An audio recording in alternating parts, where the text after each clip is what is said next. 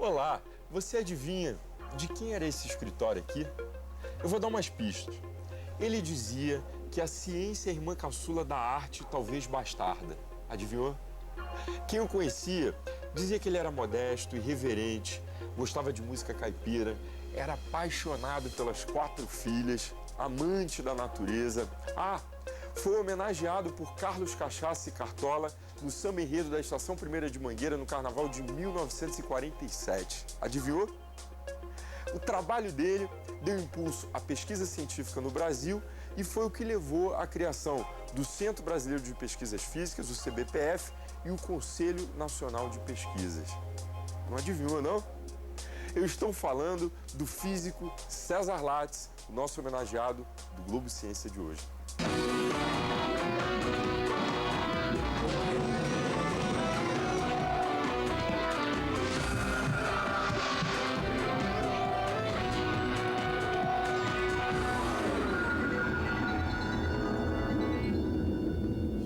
Você certamente já ouviu falar na partícula subatômica meson pi, que hoje se chama de pion, pois foi exatamente a descoberta dessa partícula que colocou César Lattes entre os principais cientistas do mundo. Cesare Mansueto Giulio Lattes nasceu em Curitiba em julho de 1924, numa família de imigrantes italianos. Estudou em Curitiba e em São Paulo, onde concluiu o curso de Física em 1943 e iniciou sua carreira na USP. Ajudou a criar várias instituições científicas, entre elas o Centro Brasileiro de Pesquisas Físicas e a Universidade Estadual de Campinas. Foi professor das 2 instituições e também da Universidade Federal do Rio de Janeiro. César Lattes morreu em março de 2005.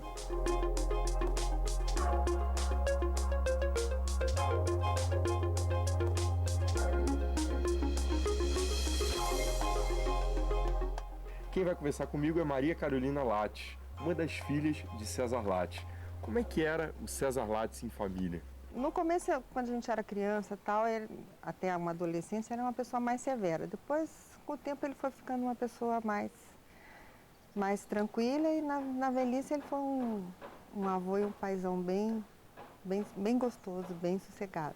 Ele tinha um amor muito grande pelas filhas, uma coisa muito grande de família, de união, das coisas terem, sempre todo mundo participar e tinha alguma coisa de alguém, todo mundo ia, os almoços e jantares que sentava a família toda, quer dizer, tinha a mesa dos grandes, a mesa dos médios, a mesa dos pequenininhos, dos netos, isso a gente já grande, né? E o que eu guardo muito dele é assim, que ele foi uma pessoa que com a gente, apesar de ser um cientista, que as pessoas ficam achando que exigência de nota e de intelecto, essas coisas assim, ele não tinha uma exigência quantitativa, entendeu? Então, à medida que você se interessava por alguma coisa, ele procurava te fornecer todo o material para você se desenvolver naquilo. Que legado que o seu pai deixou? Olha, além do legado científico, né, que foi o maior cientista brasileiro, sobretudo na nossa opinião, da família, e foi o único indicado para receber um prêmio Nobel, né, de física, independente de ter recebido ou não, isso para nós é de extrema importância. E ele era uma pessoa que gostava de ajudar os outros, de fazer. Ele pegou um prêmio que ele recebeu, acho que foi o Moinho Santista, se eu não me engano, e criou uma bolsa de estudo para quem viesse fazer engenharia de alimentos, tecnologia de alimentos aqui na Unicamp, que não tivesse condições de pagar um alojamento, alguma coisa, ele deu esse dinheiro, foi comprado um imóvel e a pessoa, desde que apresentasse tudo, tinha o direito de usar essa bolsa, que era no nome da minha avó. Então, essa casa aqui ele cedeu uma época para ser uma escola, ele juntava todos os livros que ele tinha para uma biblioteca numa escola, não sei aonde, porque não tinha. Então, ele tinha muito isso de generosidade, isso que eu queria dizer. Obrigado, Maria Carolina. Obrigada eu. O professor César Lattes iniciou sua carreira como cientista numa época em que o Brasil ainda não tinha grandes instituições de pesquisas. Foi através do trabalho dele que a pesquisa física ganhou um impulso aqui no Brasil. A gente vai para o Rio de Janeiro ver como é que tudo isso aconteceu. Vamos lá.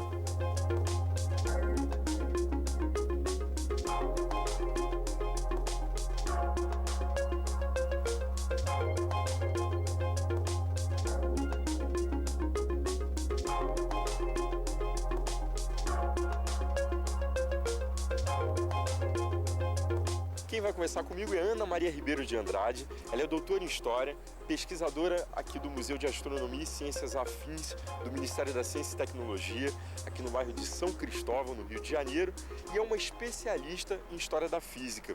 César Lattes, o trabalho do nosso homenageado, foi um dos seus objetos de estudo. O que te atraiu para estudar Lattes? A participação de Lattes em 2 grupos de pesquisas que chegaram a 2 grandes descobertas. A primeira, em 1947, na Universidade de Bristol, que descobre a presença dos raios cósmicos na natureza, confirma a existência dos raios cósmicos na natureza. E a segunda, 6 meses depois, ele morando nos Estados Unidos, no laboratório de Berkeley, ele detecta a produção dos mesmos mesons que eram produzidos por um acelerador de partículas. Qual a importância de Lattes para o desenvolvimento da pesquisa física aqui no país? Ele facilitou criar instituições fundamentais para a ciência no Brasil. Em primeiro lugar, o sucesso dele viabilizou a criação do Centro Brasileiro de Pesquisas Físicas no Rio de Janeiro. Naquele tempo, um instituto privado, porque não existia quase pesquisa na Universidade do Brasil. Não havia laboratórios, não havia bibliotecas, não havia dedicação exclusiva do pesquisador. Então se tentou fazer uma instituição privada para ver se conseguia mais recursos para desenvolver as pesquisas na área da física. E, simultaneamente, foi criado o Conselho Nacional de Pesquisas, ou CNPq, como falamos até hoje, que é a primeira agência do governo para financiar as pesquisas científicas. Tanto o papel do Lattes é tão importante que o banco de currículos dos pesquisadores brasileiros se chama Plataforma Lattes, em homenagem a ele. Você citou instituições científicas que foram criadas, né? Mas qual foi a contribuição para a física do César Lattes? A descoberta de Bristol inaugura uma nova área na pesquisa em física, a área da física de partículas. E, sem dúvida, talvez seja a principal contribuição de Lattes para a ciência, a descoberta de 48, a participação dele, ele e um outro físico americano, Eugênio Gardner, que detectaram a produção dos mesons por esse acelerador, que inaugura a era dos aceleradores de partículas, em que se procura hoje cada vez se construir aceleradores maiores, e há uma verdadeira disputa entre grupos de pesquisas, entre instituições e mesmo entre países para ver quem tem o maior acelerador, ou seja, quem vai conseguir mais descobertas científicas. Obrigado, professora. O trabalho de César Lattes foi fundamental para o desenvolvimento da física nuclear. Depois do intervalo, você vai saber o que é um meson pi ou pion. Calma aí, porque não é um bicho de 7 cabeças, não. E vai entender também o significado dessa partícula para o desenvolvimento da ciência. Só um minutinho e a gente volta já já. As pesquisas físicas no Brasil começaram em 1934 com a criação do Departamento de Física da Universidade de São Paulo. Quando César Lattes começou a sua carreira como pesquisador, os cientistas trabalhavam no porão do Departamento de Física e usavam equipamentos montados por eles próprios. As grandes descobertas de César Lattes e do seu grupo foram na Inglaterra e nos Estados Unidos. E ele, mesmo no auge do seu reconhecimento internacional, decidiu voltar para o Brasil. César Lattes, o nosso personagem do Globo Ciência de hoje, era contra um processo chamado fuga de cérebros. Ele achava que ele tinha que retribuir o que aprendeu no Brasil. Por isso ele recusou vários convites para permanecer no exterior e voltou decidido a criar novas bases para a pesquisa no país. Você vai entender o significado das descobertas de César Lattes e ver a importância delas para o desenvolvimento da ciência.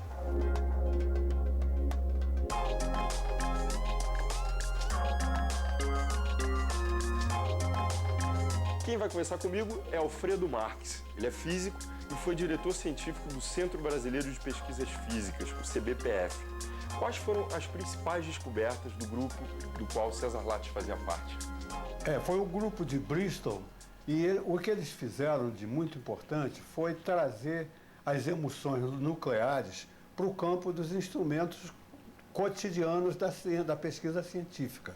Essas emoções são como emoções fotográficas, só que elas são muito mais sensíveis, elas têm uma granulação infinitamente menor, tem muito mais conteúdo em prata, em material fotogênico, né? o que cria as imagens.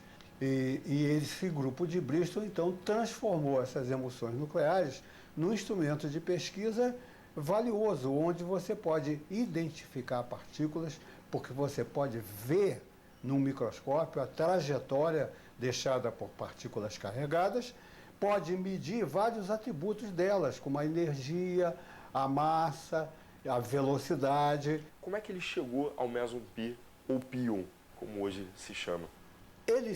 Foi dada a ele uma tarefa de detectar nêutrons na radiação cósmica. Para detectar esses nêutrons, ele teve de carregar as emissões nucleares com tetraborato de sódio, porque só assim os nêutrons ficam visíveis. Eles não têm carga elétrica, de modo que a emissão fotográfica não registra nada. Tem que convertê-los em partículas carregadas para deixar algum traço. E o bóron é um material que, quando captura nêutrons, ele explode numa partícula alfa e num átomo de lítio carregado também eletricamente. Isso dá um traço na emulsão e é fácil de identificar, e cada vez que aparecia um traço desse, o LATES sabia que tinha chegado um nêutron que tinha sido absorvido no bóron. Muito bem, com esse tipo de coisa, por acaso o LATES percebeu que quando ele carregava a emulsão com bórax para esta finalidade, ele, ao mesmo tempo, sem ter nenhuma intenção disso, ele estava prorrogando a duração das imagens, porque as imagens fotográficas nas emulsões desaparecem mais ou menos rapidamente. Como na fotografia. Como na fotografia também, só que nas emulsões era mais rápido ainda. Então ele conseguiu, com o truque do bórax, fazer exposições que duravam muito mais tempo. E com isso aumentou a chance de obter eventos mais exóticos na emulsão, que não eram as alfas dos nêutrons, mas eram outros. Professor, uma curiosidade. E se a Terra não tivesse atmosfera, como é que seria? A radiação cósmica que chega na Terra, ela consiste de vários núcleos com energias cósmicas, né, fantásticas, aceleradas em mecanismos complicadíssimos dentro da galáxia, depois de tempos enormes de aceleração, chegam aqui com energias fantásticas. Quando eles entram na atmosfera da Terra, se a atmosfera não existisse, eles chegavam direto na crosta e transformariam a crosta numa coisa radioativa impossível de viver nela, né? A atmosfera, então, barra. Como é que ela barra essa componente? Ela barra criando mesons pi. Os mesons pi são criados nessas colisões muito energéticas lá no alto, e como eles são instáveis, eles se desintegram e só chegam aqui embaixo os leptons mi. Os leptons mi não produzem interações nucleares. A energia é mínima. Não é só pela energia, é que eles não agem nuclearmente. Em suma, a existência dos átomos das matérias, inclusive a nossa existência, tá vendo? A existência de todos nós é possibilitada também por esses pions, não é, professor? Sem eles, os núcleos explodiriam, não haveria matéria estável no mundo e não haveria mundo, nem matéria, nem mundo. Haveria uma desintegração total do universo. Total. Muito obrigado pela entrevista. Eu que agradeço e espero que todos tenham gostado e entendido. Que novas descobertas a ciência fez a partir do trabalho de César Lattes, hein? Será que ele influenciou o desenvolvimento daquele superacelerador de partículas em funcionamento na Europa? As respostas a gente vai conhecer em Campinas. Vamos lá?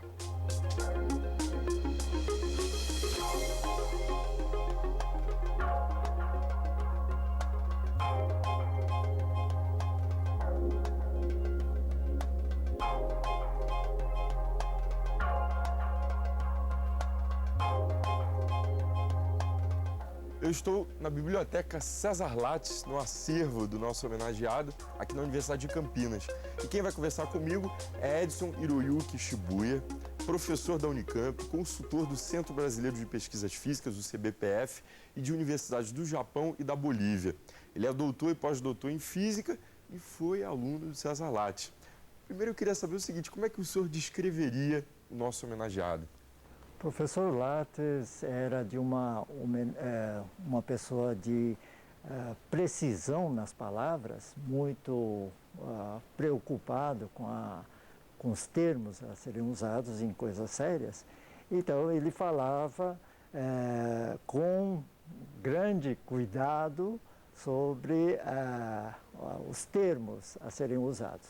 Então, por exemplo, ele dizia que não descobriu a partícula meson pi, mas ele observou a partícula meson pi. Agora a gente vai falar um pouco sobre as descobertas dele. O que elas influenciaram para o avanço da ciência? Na época, havia dúvidas quem era o agente responsável pelas forças fortes e essa descoberta trouxe um fim ou mostrou que essa partícula era a partícula responsável por essa força de coesão dentro do átomo, dentro do núcleo do átomo.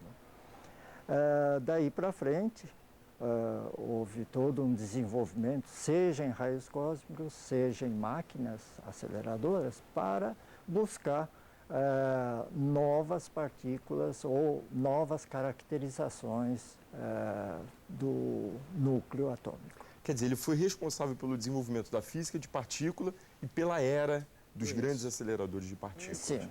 Houve uma continuidade das descobertas do Lattes? Hoje existe um acelerador mais potente aqui no mundo, na Europa, e ela está procurando uma partícula, né, que foi observada pelo professor Lattes em Chakaltaya. Quer dizer, ele está falando aqui do grande acelerador LHC, né? Grande colisor de hadrons do Centro de Ciências, né? O Centro Europeu de Pesquisas Nucleares, que é o maior e mais caro, né, experimento de física de todos os tempos. O mais curioso, gente, é que esse LHC ele foi construído num túnel subterrâneo entre a Suíça e a França, não é, professor? É. Quando ele viu o meson pi ou pion na natureza, ele foi a uma altitude elevada. Por que o LHC, né, o grande acelerador de partículas, foi construído abaixo do nível do mar, quer dizer, num túnel subterrâneo? Existem várias condições, né? A primeira é o preço das terras lá na Europa é relativamente alto. O subterrâneo não há necessidade. Outra consideração é a radiação que ela emite, tem que haver uma certa proteção. A terceira é que a radiação cósmica está chovendo em todo quanto é lugar. A gente está levando chuva cósmica agora. A gente está levando. E isso pode atrapalhar a pesquisa em acelerador. Por isso que ela foi feita. Por isso. Todo o experimento é feito Perfeito. abaixo do nível do mar. São 3 motivos. E existem outros, certamente, né? Mas provavelmente são as 3 mais importantes. É isso aí, professor. Muito obrigado pela entrevista. Eu que agradeço. César Lattes ganhou inúmeros prêmios e homenagens aqui no Brasil e no exterior. Por 2 vezes, esteve perto do Prêmio Nobel, mas não foi escolhido. Diz a lenda que o físico dinamarquês Niels Bohr, considerado um dos pais da mecânica quântica, teria escrito uma carta para ser aberta 50 anos depois da sua morte, explicando por que César Lattes não ganhou o Prêmio Nobel. Essa história foi contada pelo próprio César Lattes a um jornalista. A carta, gente, ainda não foi confirmada, mas mesmo que ainda ele exista, a gente só vai poder saber sobre o conteúdo, né, da carta a partir de 2012. A gente fica por aqui, o nosso encontro, você sabe, é no próximo programa. Tchau!